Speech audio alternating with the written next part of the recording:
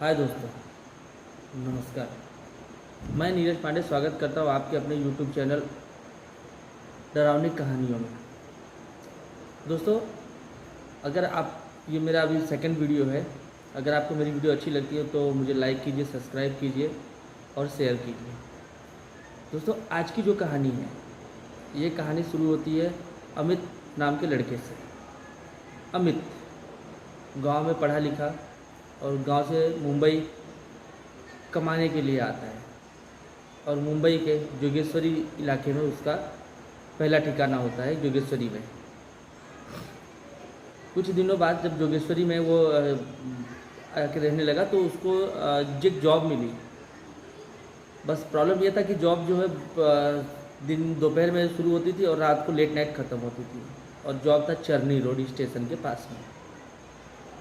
जी हाँ, अमित जो है वो डेली दोपहर में करीब 2 बजे घर से निकलता था अपने जॉब पे जाने के लिए, और दूसरे दिन यानी उसी दिन शाम को, रात को, मतलब दूसरा दिन हो जाता है 12 बजे के बाद में, तो लास्ट ट्रेन जो होती थी उसी ट्रेन से पकड़कर वो रिटर्न अपने घर आता था। तो आपको याद होगा कि अगर जो मुंबई के रहने वाले हैं उनको पता, जोगेश्वरी स्टेशन के जस्ट बाजू में ही एक कॉलेज है। थोड़ा जंगल जैसा एरिया लगता है वो, मेरे ख्याल से इस्माइल यूसुफ कॉलेज है वो। और ये इसका जो घर था हाईवे पे था, तो ये रेलवे पटरी के पास से ये कॉलेज शुरू होता है और इसका एंड जो होता है वो हाईवे पे होता है, और इसका हाईवे के पास में घर था। बात है 2004 की। तो ये क्या करता है कि शॉर्टकट जाने की कोशिश करता है, यानी स्कूल के अंदर से घुसना है, कॉलेज जो था वहाँ से घुसना है और थोड़ा जंगल का इलाका वो क्रॉस करके आगे हाईवे पे निकलना है, और 5 मिनट या 10 मिनट वो घर पे, या फिर रोड पकड़ के जाए तो उसे टाइम लगता है। तो ये जब वहाँ से जाता है तो एक दिन क्या होता है, देखता है कि बहुत सारे कॉलेज था, तो लड़के लड़कियाँ वहाँ मिलते थे इसको रोड पे। तो ये कभी डरता नहीं था, लेकिन उस दिन लास्ट वो ट्रेन से लास्ट लेट नाइट वो निकला था और लास्ट ट्रेन से वहाँ से अपने जॉब से अपने घर आने की कोशिश में। तो ये क्या करता है कि अकेले ही ये अपने मोबाइल इसके पास जो था छोटा वाला, उसमें टॉर्च होता था, बोलता है उस समय मेरे ख्याल से नोकिया 1100 था उसके पास में, उसमें ऊपर की तरफ एक टॉर्च होती थी छोटी सी। कहता है उस मोबाइल की रोशनी में मैं उस जंगल को क्रॉस कर रहा था, और मैं क्या देखता हूँ कि एक जंगल में थोड़ी सी आवाज़ है, हलचल हुई, जो झाड़ होता है उसके पीछे थोड़ी सी हलचल हुई। तो वो कहता है कि मैं देखने के लिए बस उस तरफ मैं चला गया, और मैं क्या देखा, वहाँ पर एक लड़की पड़ी हुई थी, थोड़ी थोड़ी कराह रही थी वो। उस समय की बात है। तो उसको मतलब कि या किसी ने कुछ तो किया था उसके साथ जो ऐसा हुआ था। तो वो चीज़ मैंने देखी, और मैं देखने के बाद में मैं बस वहाँ से तुरंत भाग गया। मैं वहाँ पे खड़े होकर मैंने उसकी मदद नहीं की, ना मैंने उसकी हेल्प की, और मैं बस वो देखा, और देखा मैं तुरंत वहाँ से भाग गया। और मैं घर पे गया, डर गया था इतना कि फिर मैंने रात को मेरे को अच्छे से नींद भी नहीं आई, और सुबह में उठ के जब मैं फिर उसी रास्ते से मुझे जाना था, तो मैंने वो रास्ता न करके दूसरे रास्ते से जब मैं गया, तो मैं दूसरे रास्ते से मैं सुबह दोपहर के समय मैं अपने जॉब पे चले गया। जब मैं अपने जॉब पे पहुंचा तो मुझे वहाँ पे खबर मिली कि एक लाश जो है वहाँ के जंगलों में मिली है। अब मुझे बहुत पसंद है, अगर रात को मैंने उसकी हेल्प की होती तो हॉस्पिटल ले गया होता तो बच जाती, लेकिन ये तो मौत हो चुकी है उसकी। अब इसके साथ कुछ घटनाएं शुरू होती है। ये कहता है कि करीब 15 दिन बीते होंगे। अचानक एक रात जब मैं लास्ट ट्रेन से आ रहा था, पूरी ट्रेन की पूरी बोगी में कोई भी नहीं था, मैं अकेला अपनी बोगी के अंदर था उस ट्रेन के लास्ट में। और इन जो लोकल ट्रेन, आपने मुंबई में देखा, लोकल ट्रेन का जो लास्ट डब्बा होता है उसमें एक लगेज कंपार्टमेंट होता है, और ये लगेज कंपार्टमेंट में ही बैठा था, और लगेज कंपार्टमेंट में कोई भी नहीं था। तो ये कहता है मैं वहाँ बैठा, तो मुझे अचानक में एक उस समय का एक स्टेशन है लोअल परेल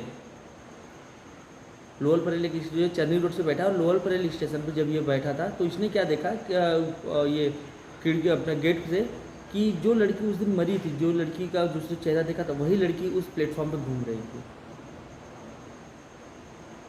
और फिर ये उस दिन देखा, फिर इसके बाद में घर पे आया, कोई नहीं। वो तो हो गया, ठीक है, एक इंसान के 2 चेहरे होते हैं तो वो समझ में आ जाता है। फिर ये कहता है कि फिर कुछ दिन बीता तो मुझे रात को मेरे सपने में वो लड़की आई और मुझे कहते कि अगर उस दिन तुमने मुझे बचाया होता तो आज मैं ज़िंदा होती। फिर उस दिन भी उस रात भी ये जग गया और फिर ये इसको नींद नहीं आई, डर इतना इसके अंदर बैठ गया था। ऐसे ही करते करते कुछ दिन बीता। एक दिन अचानक इसकी तबीयत खराब हुई। जब ये चरनी रोड से निकला और जोगेश्वरी जाने के लिए, तो कहता है कि मेरी तबीयत नॉर्मली जो है एकदम नॉर्मली, मैं कोई बीमार वगैरह हूँ नहीं, कुछ तबीयत मेरी ख़राब नहीं होती, लेकिन अचानक मुझे हल्का सा बुखार चढ़ा। और बुखार चढ़ने का कारण ये था कि मैंने उस लड़की को अपने रेलवे के जिस डब्बे में ये बैठा था, यानी लगेज डब्बे में इसका आना जाना होता था, उस कंपार्टमेंट में उस लड़की को देखा था। और जब वो लड़की उतर गई, बोलता है कि वो लड़की मेरे साथ मेरे ख्याल से महालक्ष्मी से मेरे उस डब्बे में आई थी, और मैं देख के मैं कब घबरा गया था। और वो मेरे साथ जो है बांद्रा तक थी। और जब बांद्रा में उतरी तो वो उतरने के बाद में रेलवे पटरी ही पकड़ के जा रही थी। वो ऐसा नहीं कि उतरने चलो प्लेटफॉर्म से फिर बाहर आया, रोड पे जाए गाड़ी पकड़े, ऐसे नहीं। वो कहते मैं जब तक वो ट्रेन वहाँ खड़ी थी तब तक मैंने देख लिया वो स्टेशन उतर के और रेलवे पटरी की तरफ ही जा रही है। जैसे उस वो गई, और जब मैं फिर भी मेरा निगाह जो था, मेरी नज़र जो थी उसके ऊपर ही थी। जब वो थोड़ी सी आगे जब गई जहाँ पे हल्का सा अंधेरा था, तब उसने जब पीछे मुड़ कर देखा तो चेहरा ही कुछ अलग था। बड़ी बड़ी आँखें सफ़ेद कलर में, और चेहरे की डिज़ाइन ही कुछ अलग हो गया था, बाल उसके घुघराले हो गए थे। तो मैंने वो जो देख लिया था, वो देखकर मुझे मैं डर गया था और मैं बीमार पड़ गया। बीमार पड़ने के बाद में ये कहता है कि मुझे अब डॉक्टर ने कहा कि मतलब बहुत टाइम से बीमार था, तो डॉक्टर ने कहा कि तुम्हें ना कहीं पर रेस्ट करना चाहिए, तुम या गांव चले जाओ या कहीं और जाके घूम के आ जाओ, थोड़ा रेस्ट कर लो, आराम हो जाएगा। तो इसने प्लानिंग किया कि अपने गांव उत्तर प्रदेश जाने का। तो दोस्तों, जब ये उत्तर प्रदेश जाने की तैयारी कर रहा था, तो इसी समय इसके एक दोस्त ने कहा इससे कि ट्रेन से जाने दीजिए, हम लोग अपनी कार से चलेंगे। और ये दो दोस्त अपनी गाड़ी उठाते हैं और फिर निकल जाते हैं, अपनी कार से निकल जाता है ये। तो ये जब मुंबई से निकले जोगेश्वरी से, तो इन्होंने वहाँ से कहते हैं कि मैं दहिसर, बोरीवली, दहिसर, मीरा रोड, भाईंदर होते फिर भाईंदर से मैंने फाउंटेन वाला रोड लिया, फाउंटेन से थाना का रोड। और उस रोड से जाने पर आगे आपको मिल जाएगा ये आगरा हाईवे जो होता है, जो नासिक वाला हाईवे होता है, ये हाईवे पकड़ के वो लोग जाना था। तो ये कहता है कि मेरा दोस्त गाड़ी चला रहा है और मैं गाड़ी में बैठा हूँ। जब हम लोग खसारा के पास पहुँचे, जब वो जहाँ से वो चढ़ाई स्टार्ट होती है, तो हम लोग क्या देखते हैं कि हम लोग ये चीज़ मेरे साथ पहले से हो रही थी कि एक बाइक वाला मेरे से आगे जा रहा है, मेरे से पीछे जा रहा है, मेरे से आगे जा रहा है, पीछे। तो मैंने उसको नोटिस किया था। उस पर एक लड़की, बहुत खूबसूरत लड़की बैठी थी, लेकिन वो लड़की जिसे मैंने देखा था, वो लड़की बहुत खूबसूरत थी। और जब कसारा घाट पर मेरी गाड़ी चढ़ने लगी और ये लड़की मुझे ओवरटेक की, तो मैंने जब इसको देखा तो इसका चेहरा बदल गया। वही चेहरा मुझे याद आ रहा है जो लड़की वहाँ मरी थी, ये भी उसे बताता है। और ये लोग फिर भी ये बताता नहीं अपने दोस्त को कि अभी बहुत लंबा सफ़र है, अगर ऐसा कुछ प्रॉब्लम हो जाए तो तकलीफ़ हो जाएगी, इसलिए ये अपने दोस्त को बताता नहीं है। तो ये कहता है कि हम लोग नॉर्मली तरीके से हम लोग चले गए थे वहाँ से। तो कहता है हम लोग फिर वहाँ से आगे बढ़े और हम लोग महाराष्ट्र क्रॉस नहीं कर पाए थे। हम लोग की गाड़ी मलेगांव तक पहुँची थी, और मलेगांव में हम पहुँचते पहुँचते हमें सुबह के 4 बज रहे थे। और जब हम मलेगांव क्रॉस कर रहे थे, अचानक में बगल से एक ट्रक पीछे से आया और हमारी गाड़ी को उड़ा दिया। हमारी गाड़ी जो है हाईवे से छोड़कर खेतों में जा गिरी। मैं भी समझो मरी गया था, लेकिन भगवान की किस्मत रही, मैं बचा। लेकिन जो मेरा दोस्त था वो नहीं बच पाया। हम लोग को पुलिस वाले ने हॉस्पिटल ले गए। मैं 3 दिन कोमा में था। 3 दिन बाद मुझे होश आया, लेकिन जब मुझे होश आया तो मुझे पता चला वो मेरा दोस्त जो वो मारा गया।